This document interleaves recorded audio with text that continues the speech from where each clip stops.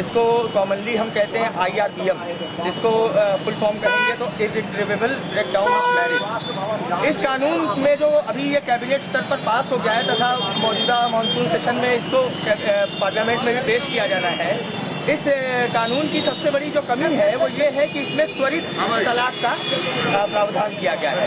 अगर कोई पत्नी ये कहती है कि हमारी शादी उस स्थिति में पहुंच गई है कि अब उसमें जुड़ाव की कोई संभावनाएं नहीं है, तो उस आधार वो एक तलाक का बहुत बड़ा आधार होगा, और आधार वह इतना बड़ा होगा कि पति को अपना विरोध तक दर्ज कराने के लिए, यानी पति उसका विरोध भी नहीं कर सकता।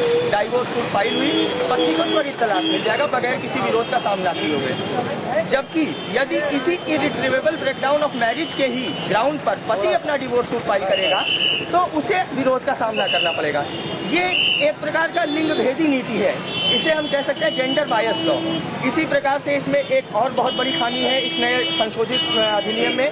इसमें कहा गया है कि जैसे ही पहली चीज तो स्पीडी डिवोर्स मिलेगा, और स्पीडी डिवोर्स मिलने के बाद 50% की जो आपकी प्रॉपर्टी है हस्बैंड की, वो तुरंत ही पत्नी को दे दी जाएगी, चाहे उस 50% की उस प्रॉपर्टी वो शादी के पहले की हो अथवा शादी के बाद बनी हो। तीसरी सबसे बड़ी खामी कि जब तलाक मिल जाएगा, 50% प्रॉपर्टी भी मिल जाएगी, उसके बाद भी जब तक कि वो दूसरी शादी नहीं कर लेती है, तलाक के बाद भी पति जितनी भी संपत्ति, मान लीजिए आज आपका तलाक हो गया, कल आपने एक रजिस्ट्री करा ली एक किसी जमीन की या कोई कार खरीदी, अब उसका भी 50% से मिल जाएगा, भले ही वो आपकी लीगल वाइफ उस तारीख को नहीं है। और अगर पत्नी आपसे तलाक लेना चाहती है, उस सूरत में क्या पति को किसी तरह का क्लेम मिलेगा? नहीं, पति को कोई क्लेम नहीं मिलेगा। ये माना जा रहा है कि पति एक ATM मशीन है जो सिर्फ देने के लिए बना है, लेने के लिए नहीं बना है। तो इस प्रदर्शन के जरिए आप क्या साबित करना चाहते हैं? इस प्रदर्शन के जरिए हम अपना विरोध दर्ज करना चाहते हैं, समाज के माध्यम समाज में एक चेतना फैलाना चाहते हैं। सरकार से हम ये अपील कर रहे हैं कि कृपया इस तरह के लिंग भेदी कानून, जेंडर बायस कानून को कतई संसद में पास न होने दिया जाए। इस पर हमारी ऑल ओवर इंडिया की एक प्रोटेस्ट है 18 अगस्त को, अब की 2012 में ही 18 अगस्त को जंतर मंतर पर दिल्ली में पूरे देश से सभी पुरुष संगठन पूरे देश के वहाँ एकजुट होकर IRBM प्रपोज लॉ पे अपना विरोध दर्ज कराएंगे। आपका नाम क्या? योगेश। थोड़ा बंडल एक दो लोग को और एंड सेकेंड चीज ये भी बताना भूलना मत कि 18 के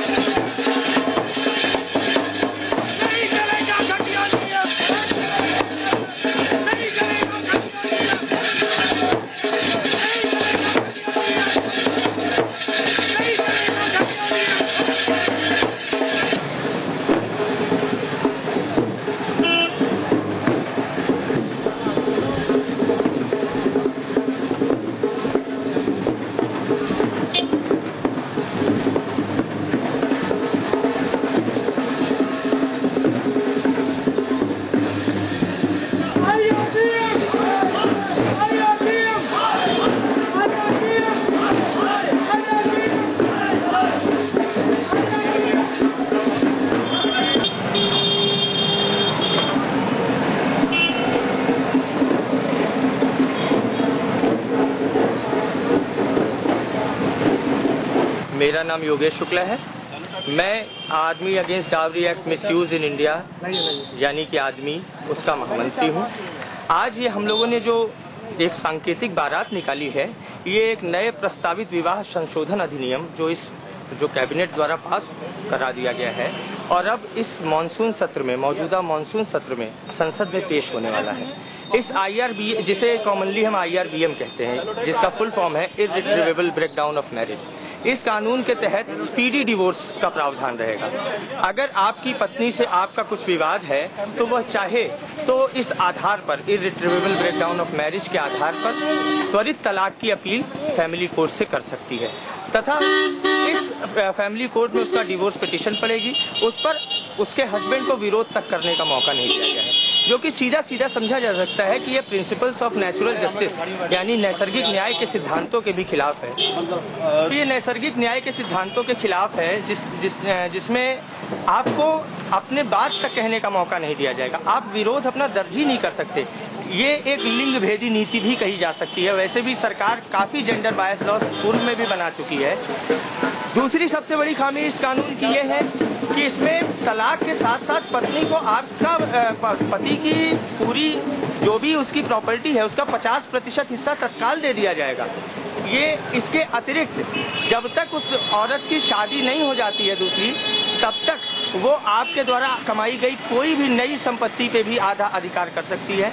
इस कारण इस कानून का आप समझ सकते हैं कि ये कितना लिंग भेदी है, कितना गलत है, कितना एक पक्षीय है, जिसमें पुरुष के हितों को पूरी तरह से दरकिनार कर दिया गया है। इसी वजह से इस सांकेतिक बारात को हम लोगों ने निकाला है ताकि समाज और सरकार में एक चेतना फैले और वो हमारे साथ हमारी आवाज को सुने और इस कानून को बनने से पहले ही समाप्त कर दें। धन्यवाद।